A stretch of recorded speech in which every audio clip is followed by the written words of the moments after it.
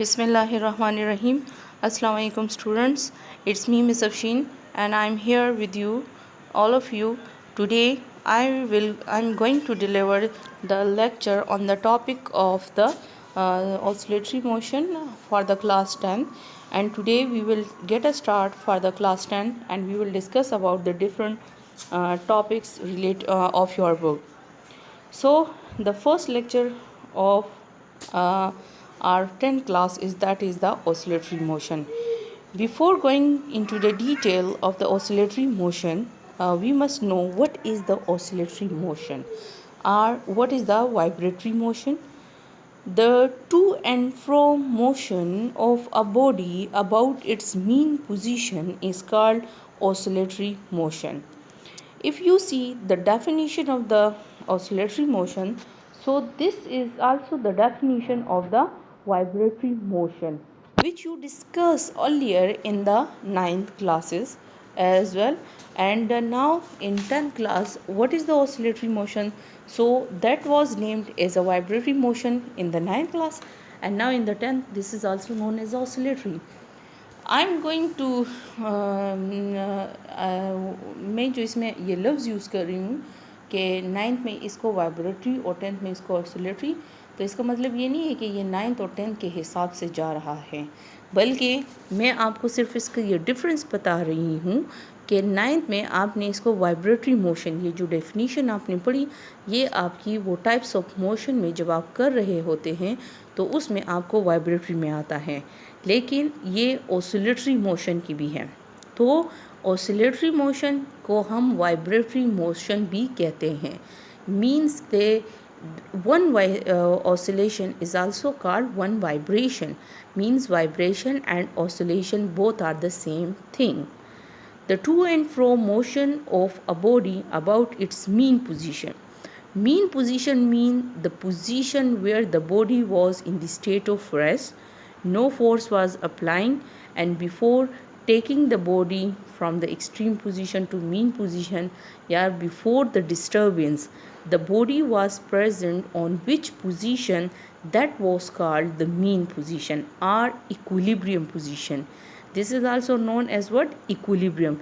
Equilibrium means the point where the body is balanced. All the forces acting on the body are equal to one another, means the body is in the state of rest or maybe in the balanced situation. Equilibrium को एक तरह से balance point भी हम कह सकते हैं। इसको अगर आप if you in the other words आप इसको थोड़ा सा मॉडिफाई कर देते हो, so the definition becomes the back and forth motion of a body. The back and forth mean to and fro कहते हैं इधर उधर, ठीक है, and the back and forth आगे पीछे। If you are moving about the mean position back and forth, आगे पीछे अगर आप मीन पोजीशन के इर्द गिर्द जाते हैं तो इसको हम क्या कहते हैं? ऑसिलेटरी मोशन इसको हम कहते हैं। Explanation. The oscillatory motion is also known as vibratory motion, which I discussed you earlier. The mean position or equilibrium position is the original or initial position of the body in the absence of applied force. Equilibrium position को जिसे हम mean position भी कहते हैं, इसका मतलब body की वो ओरिजिनल पोजीशन भी है और बॉडी की इनिशियल पोजीशन भी है। इनिशियल पोजीशन मीन कि आपने अभी बॉडी पे कोई भी फोर्स अप्लाइड ना की हो। अप्लाइड फोर्स जो आप एक्सटर्नली फोर्स देते हैं, अगर उससे पहले बॉडी जिस पोजीशन पर था उस पोजीशन को हम इक्विलिब्रियम पोजीशन कहेंगे। उसको हम मीन पोजीशन भी कहते हैं, उसको हम ओरिजिनल पोजीशन या इनिशियल पोजीशन भी कह सकते हैं। तो ये सारी एक हैं। If a body moves back and forth over the same path, then such a motion is called what? Oscillatory motion. ये तो अभी आपको मैंने समझा भी दिया है। Now this is the example number 1. The oscillatory motion की जो पहली एग्जाम्पल यहाँ पे आपके सामने दी है वो क्या है कि motion of a body attach to an elastic spring, के स्प्रिंग जो आपके पास है वो क्या हो, वो इलास्टिक होना चाहिए. इलास्टिक मीन कि उसके अंदर इलास्टिसिटी हो. And you know what is the elasticity? When you applied the force the body deform, but after the removal of the applied force the body comes back to its original position. So then this property of the substance is called what? Elasticity. I repeat once again, if you applied the force on a body, the body deform mean उसमें बिगाड़ आ जाए. And after the removal of the external force the body come back to its original position. So then this property is called elasticity, जिसको आप उर्दू में लचक कहते हैं. ठीक है. अब यहाँ पर see in the in the spring which is what, कि आप इस स्प्रिंग में देख सकते हो here are the compressions and rearfractions are formed. Compressions are known as those region where the spring is compressed and rearfraction mean जहाँ पर spring इस तरह से खुल जाती है, एक्सपेंशन हालत में जो होती है, तो इसको हम कहते हैं कंप्रेशन आर. एंड और इस ओपन ये खुली खुली जो जगह है इसको हम क्या बोलते हैं? Refraction. So when you stretch the spring, so the spring क्या करता है कि इट स्टार्ट वाइब्रेशन, यानी जिस पॉइंट पर ये पहले मौजूद था उस पॉइंट के बैक एंड फोर्थ ये मोशन स्टार्ट कर लेता है. तो एक तरह से हम कहते हैं कि the motion of a body attach to a spring is what? This is an oscillatory motion. Okay, the next example is what? Motion of simple pendulum.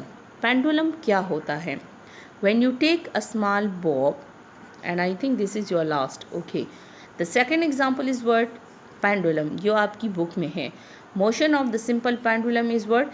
कि जब आपके पास बॉडी जो है, एक आपने स्मॉल बॉब ले लिया.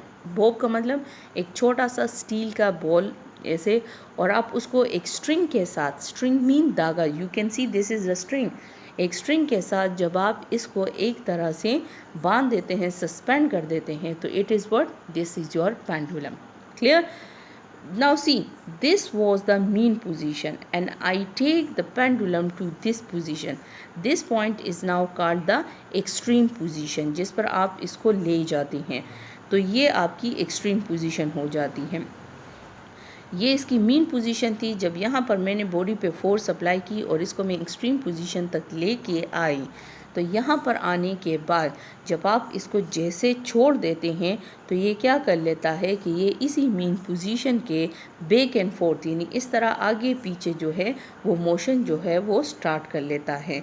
तो इस तरह से जो मोशन ऑफ सिंपल पेंडुलम है, that is also what? That is also the example of the oscillation.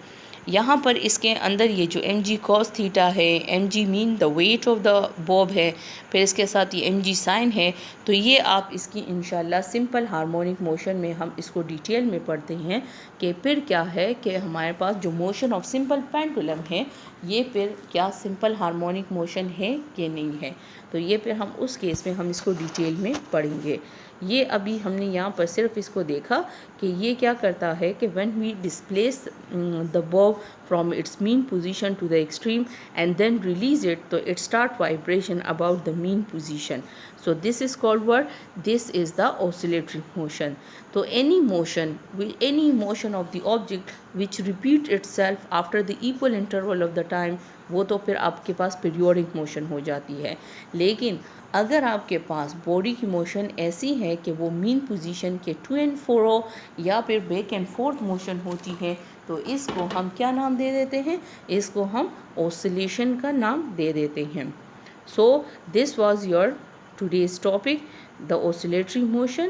We discuss its explanation and then we discuss the example. The first one example is the motion of a body attached to an elastic spring, and the second one example is motion of the simple pendulum. Okay student, I hope you understand the lecture what I taught today. Thank you so much.